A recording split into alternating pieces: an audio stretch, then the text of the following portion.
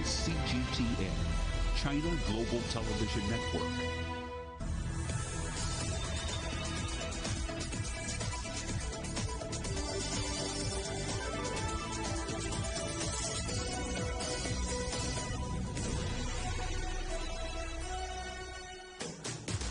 Live from London, this is Global Business. Hello, welcome to the programme. I'm Jamie Owen. And I'm Robin Dwyer. Our top stories. A slowdown for the global economy with a hard landing for developing countries. The World Bank tells us what lies ahead for the pandemic recovery. Our other headlines: Russia prepares to pull out. Kazakhstan's president says Moscow and allies will withdraw their troops within days. Russia has said it has no plans to attack Ukraine, but says it will walk away from talks with the West if its demands are not met. Prime Minister Boris Johnson under pressure again over a drinks party for staff in his own garden during lockdown when gatherings were banned. And a device that detects COVID in the air and a car that changes colour. The gadget's on offer at the world's biggest electronics show.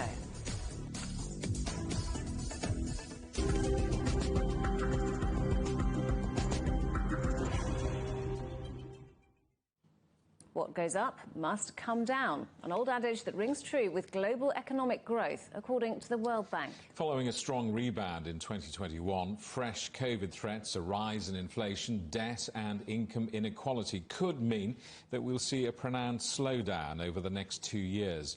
Our business correspondent, Juliet Mann, has the story. Juliet. Thanks, Jamie. Thanks, Robin. Well, you and I both know that the economic implications of the global pandemic have been huge. And guess what? It will, based on the World Bank's latest Global Economic Prospects report, continue to be in the near term. Take a look at this. Now, global growth at 5.5% in 2021. That is going to, well, that's showing a recovery there from the early days of the pandemic shock with lockdowns, industry shutdowns and supply chain disruption. We can expect a dip there to 4.1% in 2022 and to 3.2% in 2023 as all that pent-up demand dissipates and all the fiscal and monetary support like jobs retention packages and tax breaks are unwound across the world, even if recovery in those places is far from complete. Now, not only are we looking at a slowdown, but that gap between advanced, developing and emerging economies is likely to widen. So if we look here, the United States running pretty much close to those global headline figures, which should be enough to get back to pre-pandemic output and investment levels. China, now they saw 8% growth in 2021. That could slow, though, to 5.1% and get stuck around that level the year after. And look at South Africa. Now, output in many other emerging and developing economies is likely to remain below pre-pandemic trends. And in vulnerable and conflict-affected economies, the setback will be even larger. I also want to quickly show you where oil prices are expected to go, because they were up 67.2% in 2021. Don't forget, though, they pretty much collapsed at the start of the pandemic. But they're going to slow down to 7.2%. That's what's anticipated this year, dropping to minus 12.2% in 2023. Well, let's make some sense with all of this. Let's talk to Francisca Onsorgo, who's the manager at the Development Prospects Group at the World Bank in Washington. Great to see you here. I know we're smiling away, but is there any good news in all of this? There is some good news in the sense that vaccination is progressing, but the main thing that most of us are feeling is that the global economy is really in a pronounced slowdown, just like you said. All the three largest economies are slowing at the same time, and they're slowing steeply. And that's happening before the recovery is complete in EMDEs, in emerging markets and developing economies. As you said, output in emerging markets and developing economies will still be 4% below the pre-pandemic trend, whereas that in advanced economies will already have returned to trend. That drives up global inequality. It's as if emerging markets and developing economies were on a lower flight path than advanced economies. And not only a lower flight path, they're also flying with a tank almost empty. If any major risk materializes, and there are many, they don't have much room to support their economy, and that's why we're worried about a hard landing. There really doesn't seem to be much wiggle room. So the choices that policymakers are going to have to make in the coming months, the coming years, that they're going to be crucial, aren't they? That's right. I mean, as it is, even last year, that's one of the reasons why the recovery has been so uneven. Even last year, emerging markets and developing economies were already tightening their policies. More than a third had to tighten monetary policy, and 60% already last year. Fiscal policy was a drag on growth, and that will continue. And this is one of the reasons why they're lagging so far behind. So it's, for many of them, it's back to basics. You're tightening fiscal monetary policy because they don't have many options, and then raising growth, implementing reforms that boost productivity growth. And there's room for the global community to help with this. There is room for that, but at the same time, everybody's going green. We're looking at high debt, we're looking at high inflation, but this drive to go green. So how important and how realistic is global cooperation going to be to help these developing nations expand their financial resources to that end? But so these emerging market and developing economies, they have many development needs. And climate change is one of the factors that creates these development needs, because the economies are often hard hit by the natural disasters that come with climate change. But they also have other development needs. So they really need the room, the fiscal room, to spend and invest. And that is what the debt relief, the various debt relief initiatives that are underway, that is what they are aimed to do, to help the most distressed economies. But at the same time, the global economy can also help with something else. It can help by creating the open and rules-based global trade and investment climate that allows economies to grow their productivity. Can we talk quickly about commodity prices? I mean, looking at the outlook for oil there. You know, let's make sense of it all. Explain it. Okay, so what has happened, as you said, what has happened in commodity markets has been truly exceptional over the last 2 years. We've compared the gyrations in commodity prices over the last 2 years with those after past global recessions in the last half century. We've never seen such plunges or such rebounds. And it was, in part, yes, that was a result of the economic volatility, you know, the deep recession of 2020 and then that sharp rebound of 21. And now the steep slowdown of 22 to 23. But it was also caused by commodity-specific shocks to both demand and supply, and a lot of these had to do with climate change. So take, for example, last summer. Last summer, the weather was very hot. That drove up demand for energy, for cooling, and at the same time, it's disrupted supply for renewable energy. So fossil fuel prices began to swing wildly.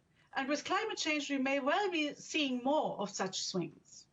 So what you're doing is highlighting all the terrible problems that the global economy has to tackle and has to handle. We're going to have to, you know, really talk about solutions next. It's an absolute pleasure talking to you, Francesca Onsauga at the World Bank in Washington, D.C.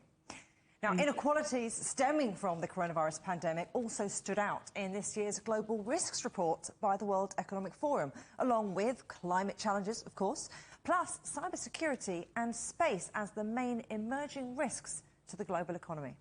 Back to you two. Juliet, thank you very much. Thanks, Juliet. Russian forces are preparing to leave Kazakhstan within days. The announcement came from Kazakh President Kassym-Jomart Tokayev a week after they entered the country to help put down widespread violent protests. Tokayev also named a new Prime Minister whose appointment has now been approved by Parliament. Well, our correspondent Stuart Smith is watching events for us in Moscow. Stuart, a short, sharp shock then. Troops preparing to leave. What's the latest you have? That's right, and Russian President Vladimir Putin said that these troops had been essential in preventing a coup d'etat in Kazakhstan, but now the president of Kazakhstan says it's time for them to leave. 2,000 troops, 250 pieces of equipment from 6 different countries will be leaving Kazakhstan over the next few days. The situation in all of Kazakhstan's regions is stable. Thereby, I have to say the main mission of the CSTO peacekeeping forces has been successfully completed. In 2 days' time, a phased withdrawal of the United Peacekeeping Contingent will begin. The withdrawal process of the contingent will take no more than 10 days.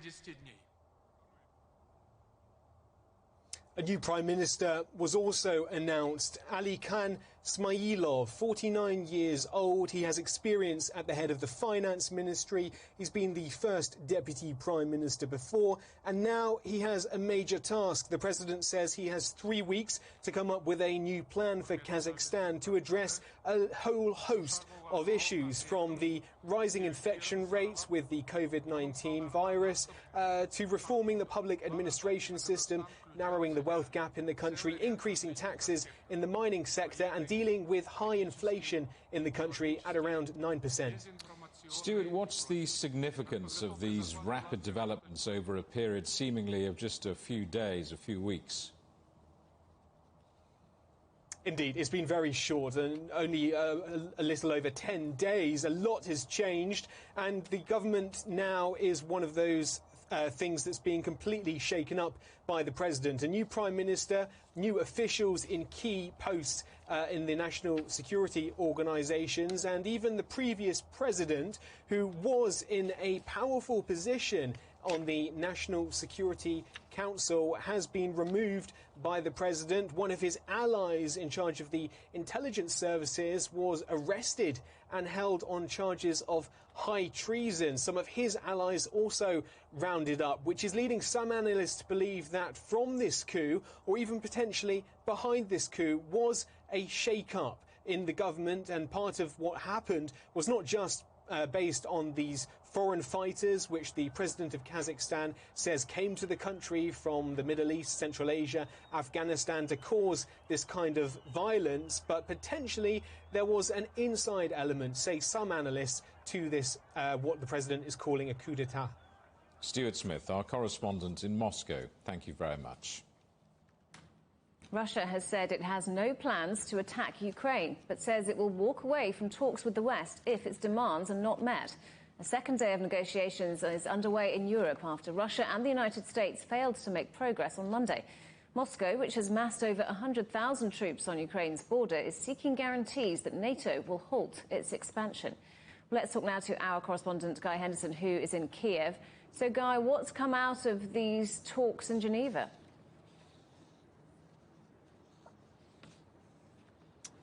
Well, I think the main thing is a commitment that talks will continue through the week in Brussels during the NATO-Russia Council and then in Vienna for a meeting of the OECD later in the week as well.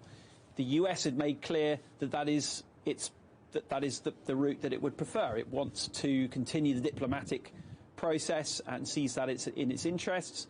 Russia has said it does not necessarily see that as in its interest. It wants quick results, and the head of the Russian delegation had threatened to walk out on day one if the Americans didn't take Moscow's key demands seriously. Now, coming out of that meeting, I think it was still pretty clear that the gap between the two sides was still extremely wide, and there hadn't really been much progress on the fundamental points of principle on which the US and Russia disagree in terms of Europe's security architecture. And I think that is why we heard a reiteration from the US Deputy Secretary of State, Wendy Sherman, in an audio statement saying that if those talks failed, if there was a further escalation of tensions as a result, that harsh sanctions would come after.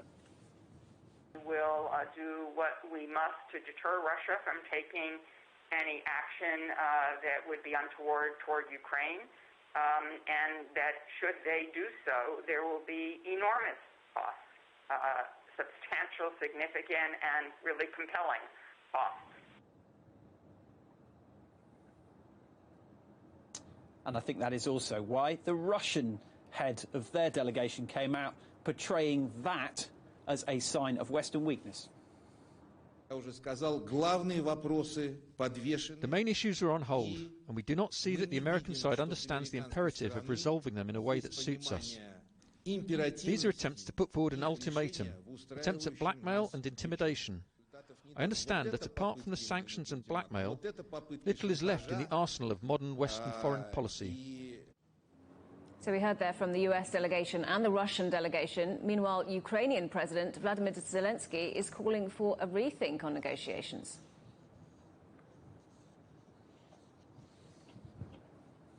Yes, he is. He has proposed a summit of what's known essentially as the Normandy format. That is a meeting between France, Germany, Russia and Ukraine that has been in place since Russia went into Crimea back in 2014 as an ongoing peace process that has stalled more recently. It is going to be interesting, though, because since then a lot has changed, and I think there'll be big questions about, firstly, whether Russia will want to take part in that another round of talks. It has said that it wants quick results off the back of this week of planned diplomacy in Europe. Next, of course, the United States itself, which was perhaps happy to take a backseat during the Trump administration. Will it still be happy to be out of the room now? And finally, of course, other European countries. France and Germany are present in that Normandy format, but there are those who have, in recent history at least, proposed a harder line on Russia than both the French and German governments have themselves advocated. Will they, particularly at a time of heightened tensions, be happy to be excluded from these discussions as well? It'll be interesting to see what the response will be in the coming hours and days from those different stakeholders. OK, Guy Henderson in Kiev, thanks very much. The United States Senate will vote later this week on economic sanctions targeting the Nord Stream 2 gas pipeline. Washington has long opposed this project, which transports gas from Russia through the Baltic Sea to Germany. But some in the Democratic Party warn that imposing sanctions now could backfire. Let's talk to our correspondent John Terrett, watching events for us in New York. John, this is going down to the wire. Plenty of 11th hour negotiations going on. Yeah, Jamie and Robin, you're absolutely right. We've got manoeuvring behind the scenes on Capitol Hill until at least very late last night, burning the midnight oil, you might say. And the reason is talk of Nord Stream 2 on Capitol Hill invokes very strong anti-Russian feelings. Now, Liz Truss is the UK Foreign Secretary, and she has recently called on NATO allies to block construction of Nord Stream 2 and said that Russia cannot use coercion in order to expand its geopolitical aims.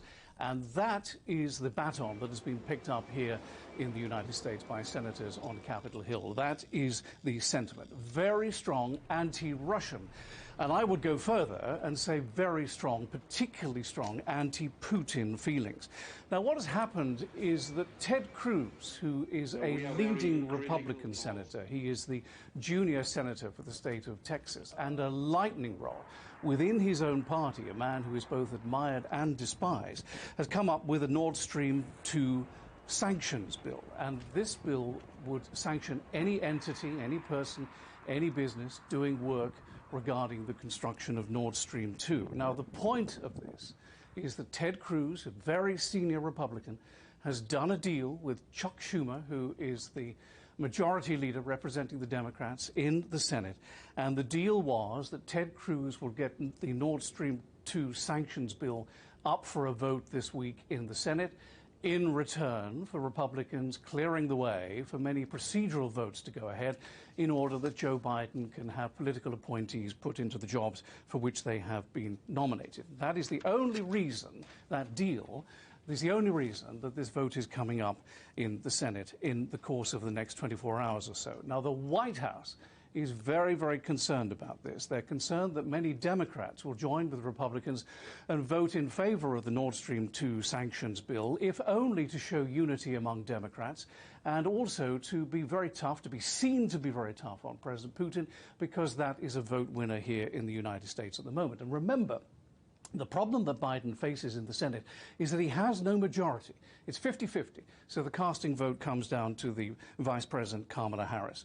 Biden fears that this vote, if it's cleared, will hobble his own foreign policy.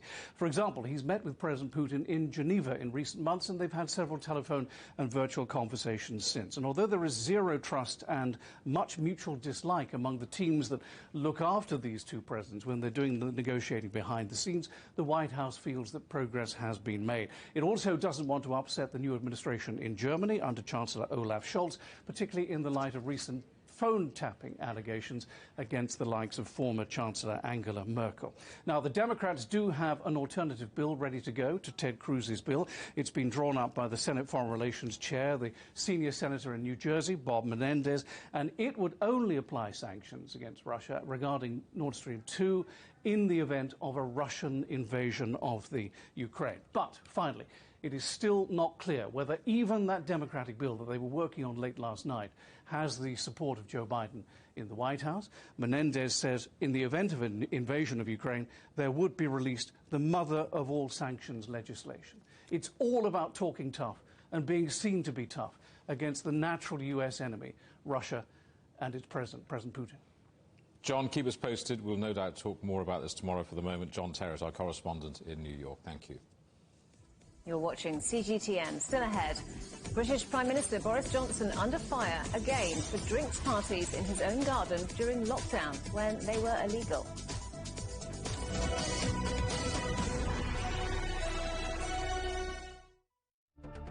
Events have consequences. Words create impact. One more offensive in a long line of battles that's been ongoing for more... Just got to be careful here with some gunshots. Excuse us. The world today matters for your world tomorrow. The number of casualties is growing quickly. Why, this is one of the hardest hit towns in the region. The world today, every day on CGTN.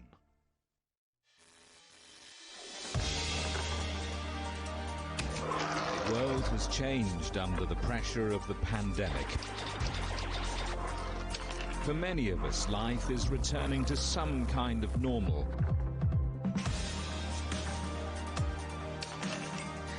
As we're adapting to changes in all of our lives, let Global Business Europe be your guide to the new normal.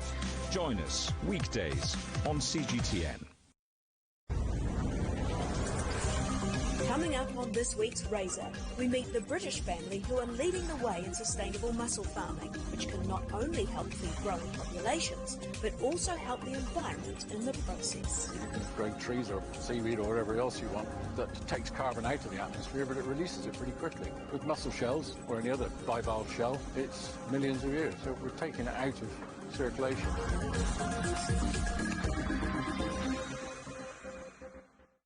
Beijing, China's capital and its cultural nerve center, a modern metropolis with traditional roots.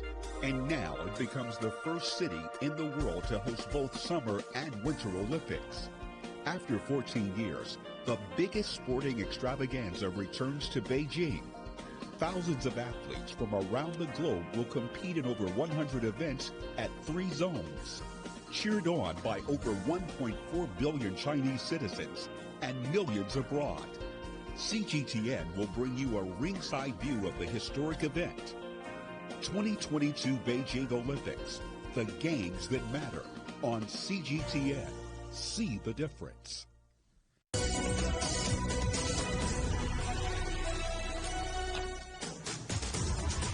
Welcome back to Global Business Europe.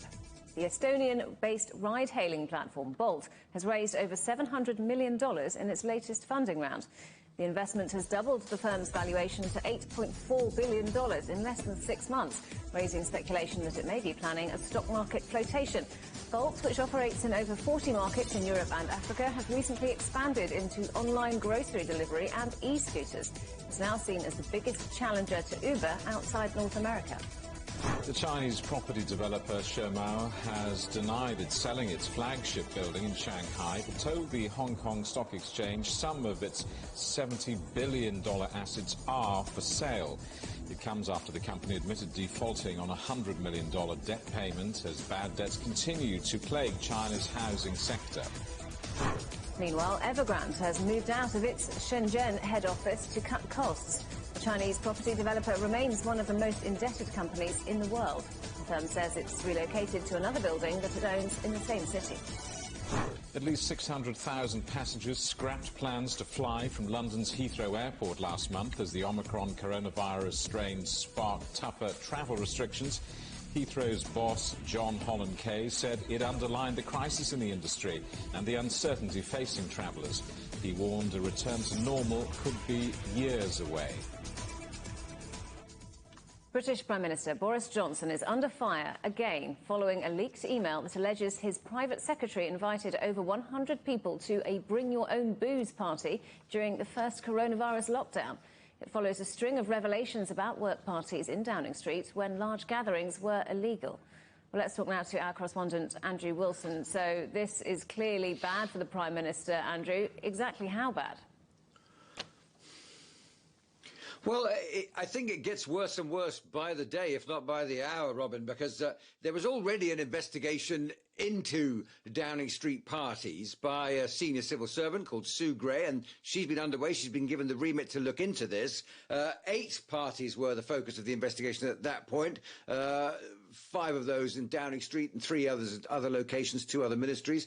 Now, all of a sudden, another party is revealed, begging the question, why wasn't that on the original list? So why is the country being drip-fed admissions of parties by leaked documents rather than by clarity and admission by Downing Street? So that's not a good look. Apparently, this email went out in May 2020, inviting 100 Downing Street staffers to a party in the garden. Bring your own booze, it said, and by all accounts, the party did go ahead with fewer people, about 30 people, it's understood. But it's also suggested that the Prime Minister and his wife were 2 of the guests at that party who attended. Now, to gauge the reaction of what Labour is now taking to the House of Commons in terms of its argument, you need to look at what the rules were in the country at the time this party took place. 20th of May, well, on 13th of May, strict lockdowns, people being kept at home for any reason, not allowed to go out for any reason. That was being eased at about 13th of May. But still, 20th of May, if you wanted to meet a friend, you could only meet them on your own, outdoors, in a public place, in the open air,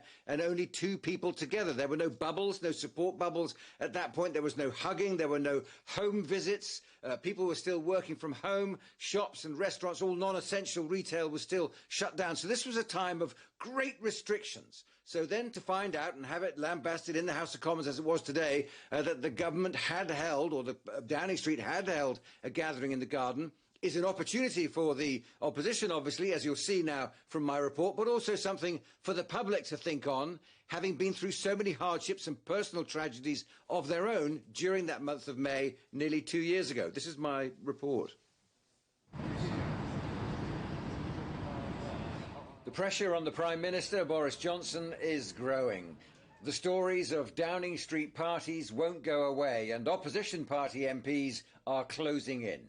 His absence speaks volumes, as does his smirks on the media. The public have already drawn their own conclusions. He can run, but he can't hide.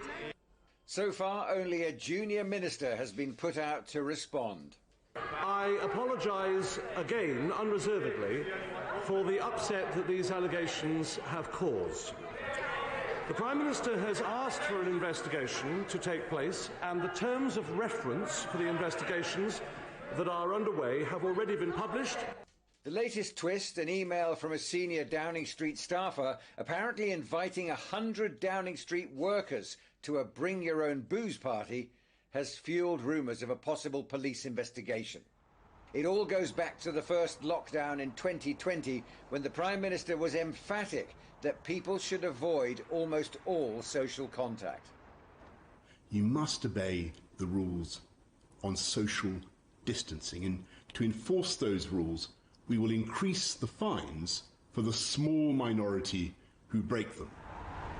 But as the stories of gatherings and drinks parties emerged, at first, so did denials.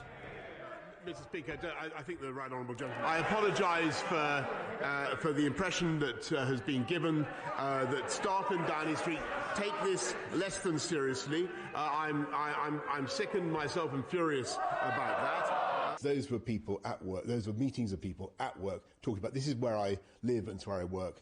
Those were meetings of people at work talking about work. And I really think it's vital that we focus, if we can, on the messages we're trying to get across today.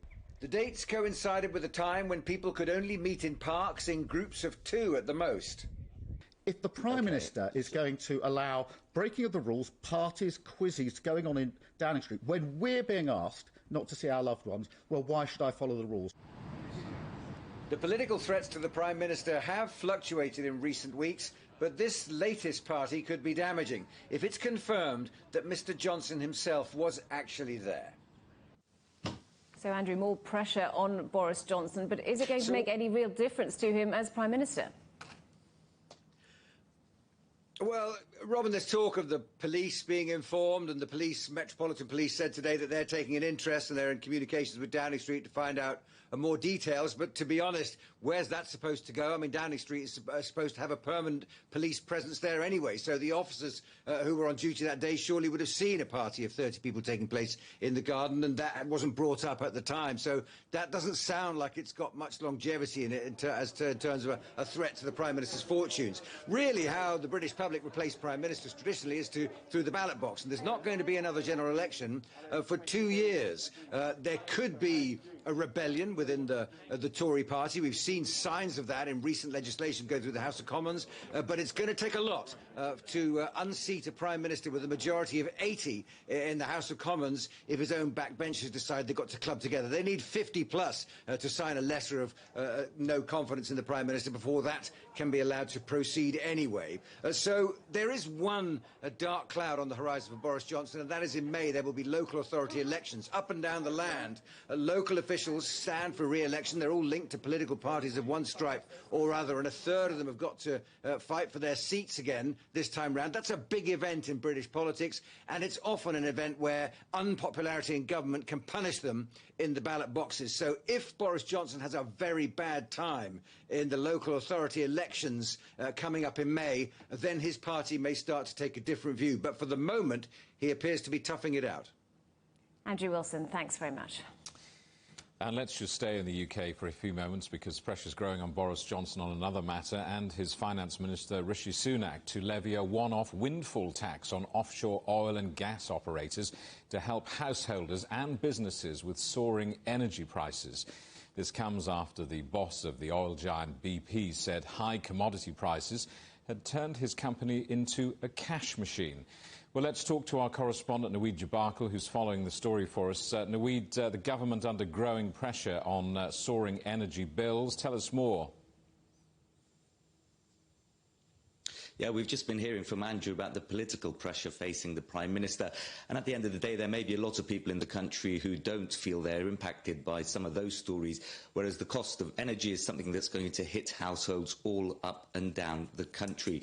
It was the Liberal Democrats, one of the opposition parties, who first suggested the idea of a windfall tax, what's been known as a Robin Hood tax, taking from big companies and helping offset some of the costs for poorer households around the UK. The other major opposition party here in England, Labour, they have taken that idea and formalised it into a proposal over the weekend.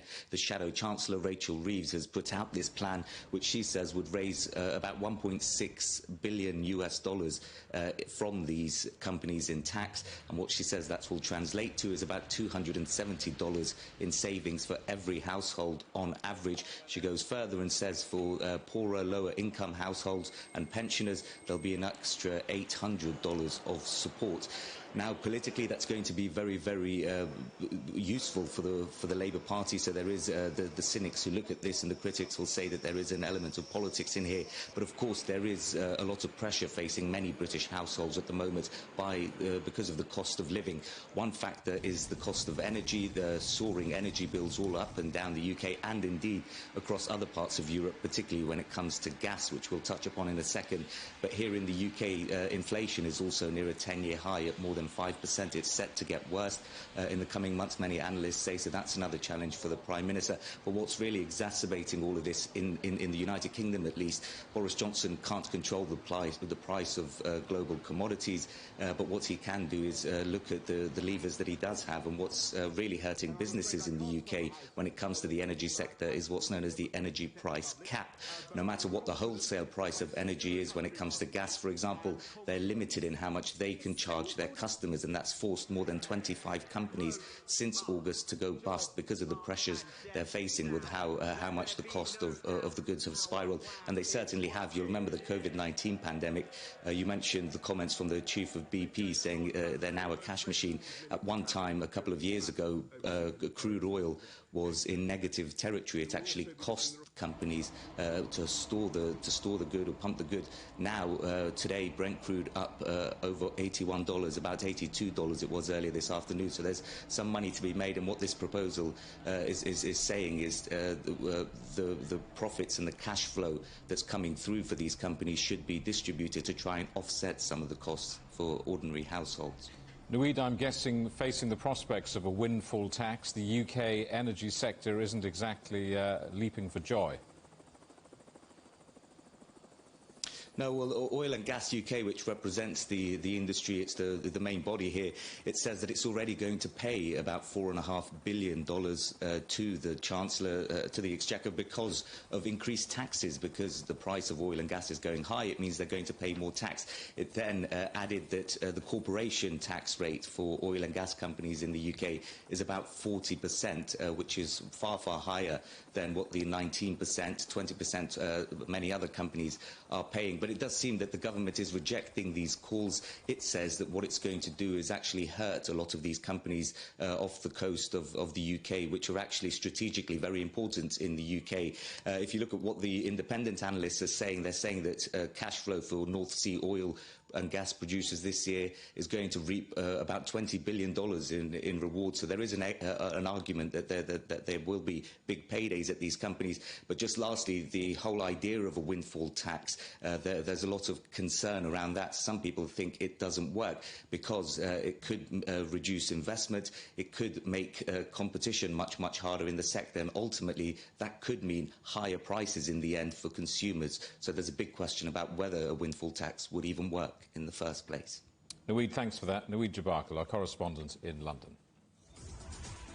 You're watching CGTN. Still ahead. The biggest US companies face fines if they don't enforce COVID vaccines and testing. But it's the Supreme Court which might have the final word.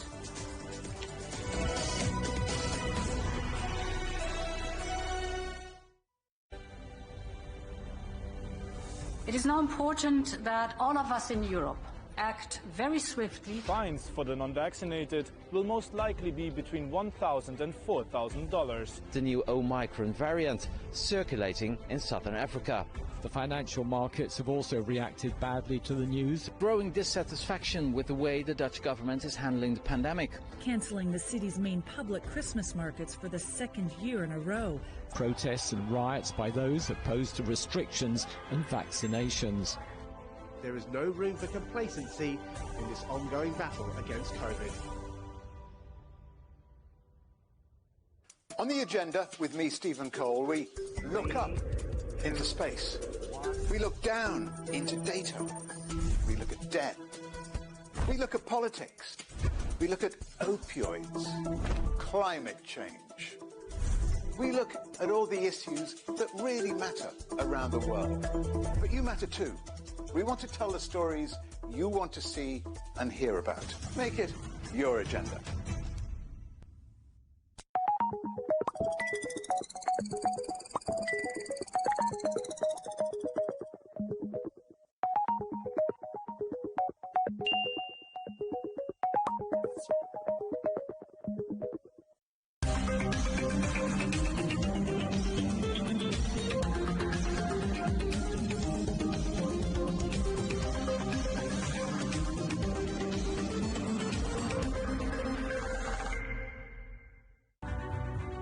The agreement is signed. But what is the real deal now the UK has left the EU? For trade, for business, for the city, for ordinary people. Make sense of Brexit with CGTN.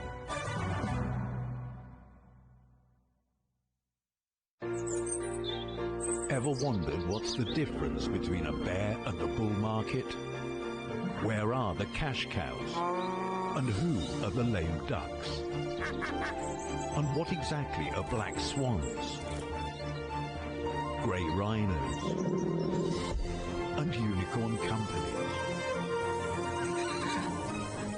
Make sense of it all with Global Business, only on CGTN.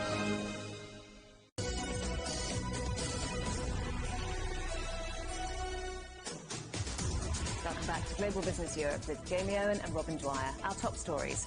A slowdown for the global economy with a hard landing for developing countries. That's the outlook, according to the World Bank. Russia prepares to pull out. Kazakhstan's president says Moscow and allies will withdraw their troops within days. Russia has said it has no plans to attack Ukraine, but says it will walk away from talks with the West if its demands are not met. And Prime Minister Boris Johnson under pressure again over a drinks party for staff in his own garden during lockdown when gatherings were banned. France is now 11 days into its presidency of the European Council, and Emmanuel Macron is keen to make his mark ahead of the French presidential elections in April. He's been outlining his priorities for the EU with the European Council head at a meeting in Paris. Our correspondent Ryan Thompson is there. So, Ryan, what is Emmanuel Macron hoping to achieve during France's presidency of the EU? Hi there, Robin. Well, at the new year, Emmanuel Macron had a lofty agenda ahead of him. After months and months of planning by the Élysée Palace and those close to him, France was taking over the EU Council presidency and really wanted to bring Europe into the next decade, proposing a lot of modernizations, everything from big, lofty goals on climate change, digitalization, and the idea of social changes as well, like an EU standard minimum wage. But time after time, Emmanuel Macron's presidency of the European Council seems to be hitting new crises. We thought going into it would be limited to the COVID-19 situation in Europe, but it does seem that a number of regional security conflicts and situations are really complicating things even further for this EU Council presidency. And that was the big topic at a working lunch today with the EU Council President Charles Michel, who came to Paris. The two dined and really focused a lot on the security situation with Ukraine and Russia, which of course is constantly evolving, but has become something that the EU very much has its eye on. It was one of the first questions that the two were asked in the press conference that followed the meeting. And Emmanuel Macron said that he really wants to stand by the Normandy format as is, but he wants to keep it what it is. These talks between Ukraine, Russia, Germany and France. He sees the EU as a partner, but not someone who should be at the table. It should stick to its format as is. On top of that, he said he was happy to see that Russia and the United States were speaking in Geneva. And when it came to comparing the two situations, asking whether Europe should be at the table in Geneva as well, he says it's not a question of one or the other. It's a question about having dialogue and moving forward on this conflict. The Normandy format remains relevant and is an exacting and relevant discussion forum for resolving the Ukrainian crisis. The fact that there's US re-engagement on that is a good thing. We should welcome it. Talks underway between the US and Russia are relative to the question of Ukraine, but not just, also collective security between those two powers. Ryan, we have the French presidential election coming up in April. How likely is it that Emmanuel Macron will be able to see through the full 6-month EU presidency? Yeah, that's right, Robin. We're just a few months out from that presidential election, and there's already a lot on Emmanuel Macron's desk. Of course, he has all of his domestic issues. He also has, of course, this EU Council presidency, and now you're alluding to it, the fact that whether he would run again and proceed for a second term, well, he would have the whole election and campaigning on his table to deal with. The thing we should say here, and an important caveat, is that Emmanuel Macron has not officially declared his candidacy for the presidency here in France for another term, though we do expect him to and are watching very, very closely to see when that might be. Some initial polling suggests that whether he would be able to carry through with the EU Council presidency, because of course that presidential election falls right towards the end of it, meaning that if there were someone else who would succeed Emmanuel Macron, well, they would be head of the European Council for about a month and a half, taking the office in mid-May.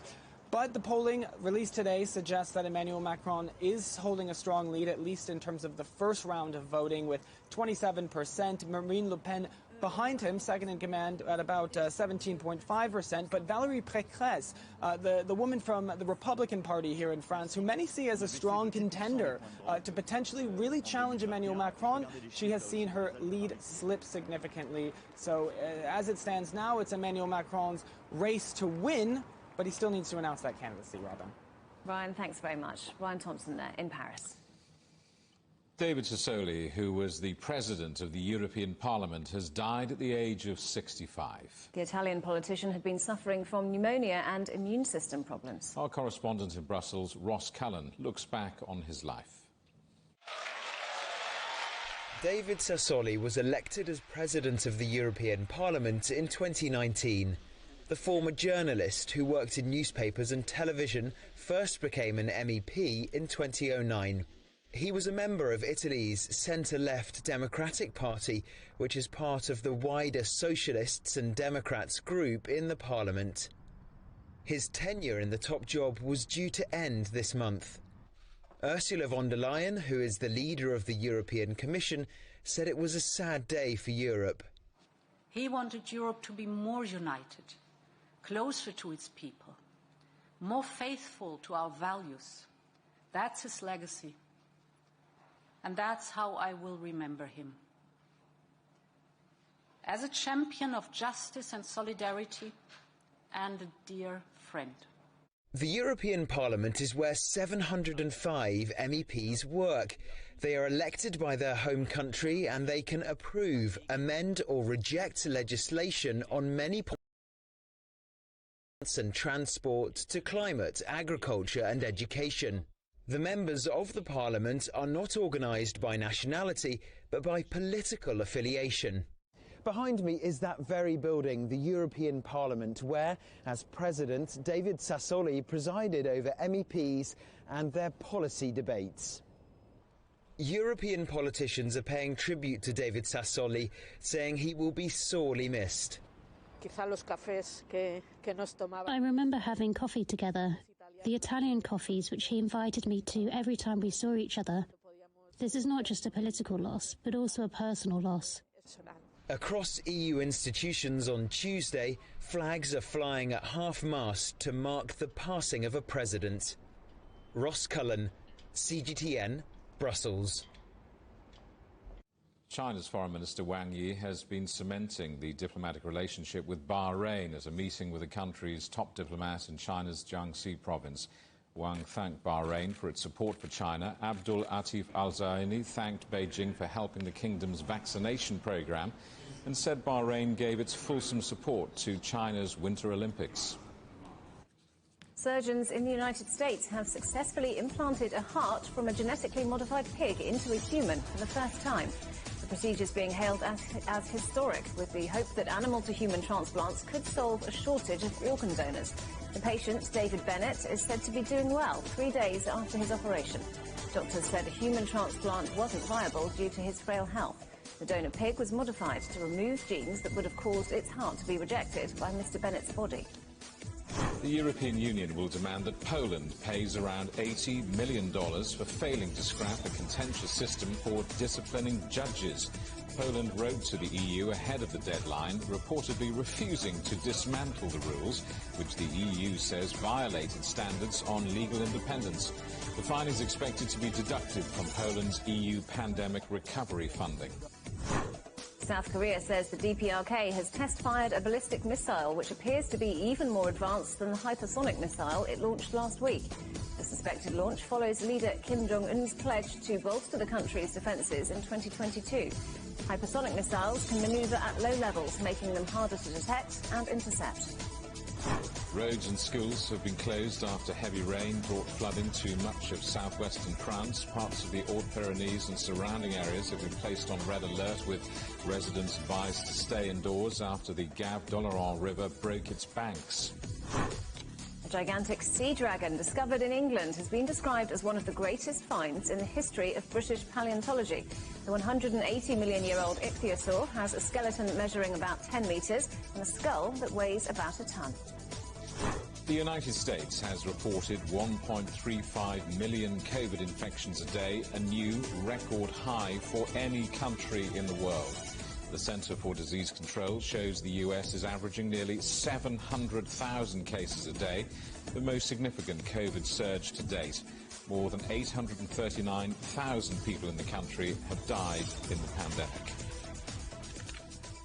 The biggest US companies face fines as of this week if they fail to enforce a COVID-19 vaccination and testing mandate. The government will start penalising firms with more than 100 employees if their staff are not fully vaccinated or they don't conduct regular testing.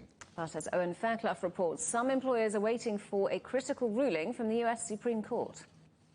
We can't comply. The message from the United States Postal Service pleading with the White House for a reprieve from a COVID-19 vaccine mandate now being enforced. From Monday, companies with more than 100 employees can be fined more than $136,000 for repeatedly violating a law demanding their workers be fully vaccinated for COVID or are tested regularly. The mandate affects some 80 million employees here in the United States, and the Postal Service, with 650,000 workers, has asked the Biden administration for a 3-month reprieve from the mandate, insisting it needs more time to meet the requirements. The mandate has divided a country highly polarized by the pandemic even more, and some opposition Republican leaders are urging non-compliance. I don't believe that the mandate is the right way to go at this time, particularly the federal mandate that should be struck down, because that's going to give us a greater worker shortage. It's going to increase the resistance for taking the vaccine. The US Supreme Court will ultimately rule on whether the mandate stands or falls. Business owners traveled to last Friday's hearing in Washington, D.C. to lobby against it. I am a grocery guy. I'm not the vaccine police. It is not my position. It's not the government's right to put me in the position of the everyday medical decisions of my employees, and they should not be put in a position to have a vaccine or potentially lose their job where they cannot take care of the well-being of their families. The challenge is being heard as the Omicron variant is overwhelming many US hospitals. Owen Fairclough, CGTN, Washington. Australian border officials are investigating whether the tennis star Novak Djokovic provided a false declaration on his travel entry form. This all comes as the Serbian player returned to practice at the venue for next week's Australian Open. Djokovic's visa was revoked on arrival last week over COVID rules before being reinstated by a judge. The world number one's entry form stated he had not travelled in the 14 days before arriving in Australia. But social media posts appear to show him in Serbia and Spain. You're watching CGTN. Still ahead, the car that changes colour and the robot that gives you a massage. The stars of the show at the world's biggest gadget expo.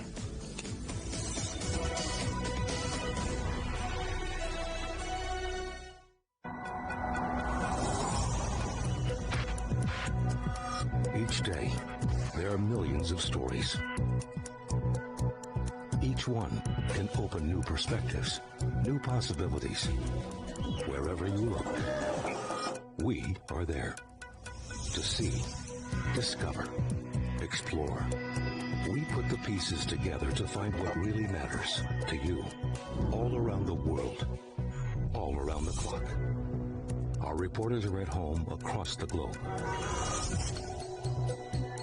From our headquarters in Beijing and production centers in Washington, Nairobi, and London, China Global Television Network. Stories from across the globe, reaching people across the globe. CGTN. See the difference. Murray, what would you say is a good question?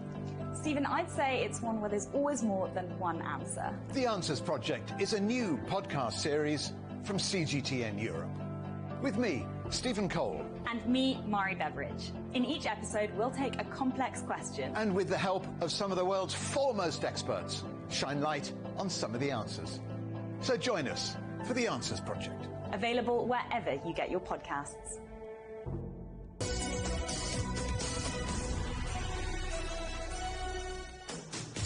Well, welcome back to Global Business Europe. Now, how would you like to be able to stand and sit down at the same time? Or perhaps drive a car that changes colour? Or maybe you'd rather have a massage from a robot.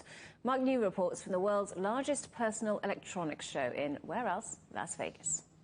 Despite fears of CES being a super spreader event, some companies were determined to show they could stop COVID-19 head-on. ViraWarn claims to have both room devices and a breathalyzer device that can detect COVID-19 in the air. Any coronavirus, any COVID SARS-type virus, any influenza virus is a spike protein virus. When it hits a conductive source, it generates a ultra small spark of conductivity. We detect that. The conductivity detected from COVID is different slightly from any other viral matter. We can tell the difference. Bessemer says their products are backed by research from George Mason University and are currently under FDA review. The merits of some health technology were easier to verify. The Arculus exoskeleton helps surgeons and factory workers stand for extended periods of time. So I'm actually sitting here, pretty comfortable. Why did you feel it's so important to come here?